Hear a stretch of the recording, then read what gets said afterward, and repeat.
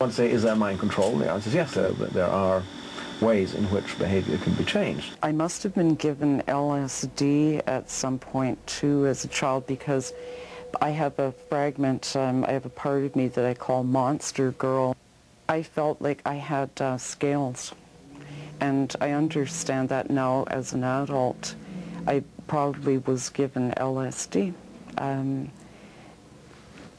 because it heightens the tactile, so that if you felt a piece of fabric, it could feel maybe like cement, although it was in fact really soft. My skin felt so rough, I perceived myself to be like a monster. And as a child, I certainly I had no control over what they were injecting me with or giving me. And I certainly would have no way to understand, but as many adults who are used in experiments would have no way of understanding what was occurring to them in a sensory way. The notion was that drugs like LSD and so on looked very much like our neurotransmitters, and the theory stated that something was wrong with these neurotransmitters, and so what people tried to do was to create, if you want, artificial psychoses.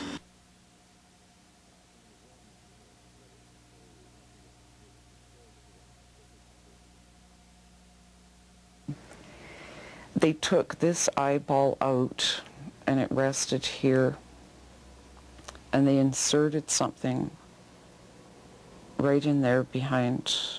They went into that cavity and they inserted something right in there. I guess that's the sinus cavity. And there was another insert that went right up a very long, thin wire that went up my nostril, up into there. I can remember when they did the insert there in behind my eye, I can remember hearing them say, again with so much self-pleasure, they would never think of looking behind the eye. No one would ever think of, no one in a medical checkup for whatever complaint the person had would ever think of looking in behind the eye. It's really it's really difficult to say, come inside my head and I'll tell you how I cope, or come inside my head and I'll tell you what it's like in my daily life. I've gone through times where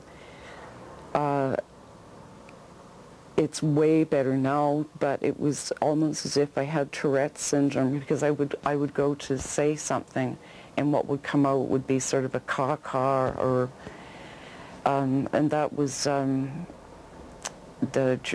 impact of the electricity. And I think I was pretty silent too until I was about 35.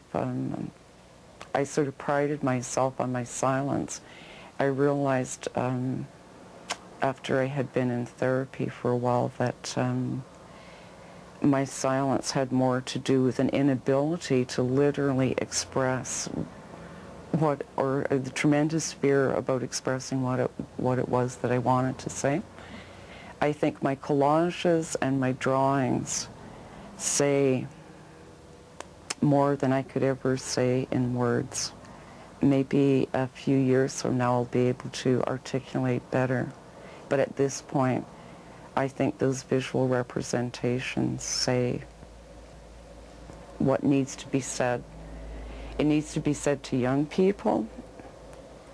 It needs to be said to people because they do not know what our governments have been doing.